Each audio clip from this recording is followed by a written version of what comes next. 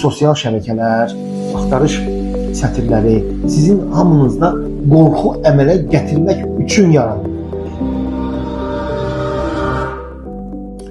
Son müddət ərzində pasientlərin internet məkanında hər hansı bir məsələnin həllini axtarmaq, hər hansı bir məsələnin həllini tezləşdirmək arzuları onları ona gətirib çıxardır ki, ixtiyari bir axtarış sətrində öz əziyyət çəkdikləri əlamətlərin adlarını yazırlar və tutaq ki, məsəl üçün Google-mu yoxsa Yandex-mi, Rambler-mi hər hansı bir axtarış nəticəsini çıxardır.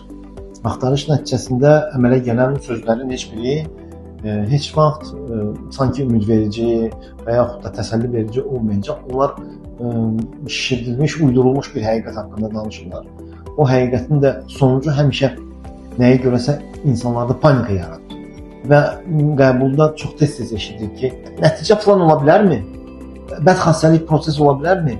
Və s. və yaxın ola bilərmi? Bu səfər kifayət qədər çox əziyyət çəkib insanı inandırmağa çalışırsan ki, sənin qorxulu heç bir xəstəliyin yoxdur. Bax, həmən bu qorxulu mənası internet məkanında eşitdiyiniz, oxuduğunuz, gördüyünüz o qorxulu mənası bundan ibarətdir ki, bütün bu sosial şəbəkələr, axtarış sətirləri sizin hamınızda qorxu əmələ gətirmək üçün yaranır.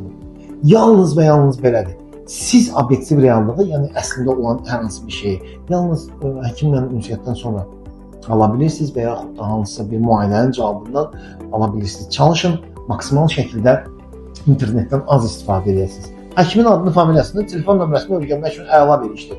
Amma xəstəlik haqqında xəbər tutmaq, xəstəliyin diaqnozunu qoymaq və nəticələr haqqında heç vaxt düzgün məlumat almayacaqsınız. Yadınızdan çıxartmayın. Bizi izləyin. Burası çox maraqlı olacaq.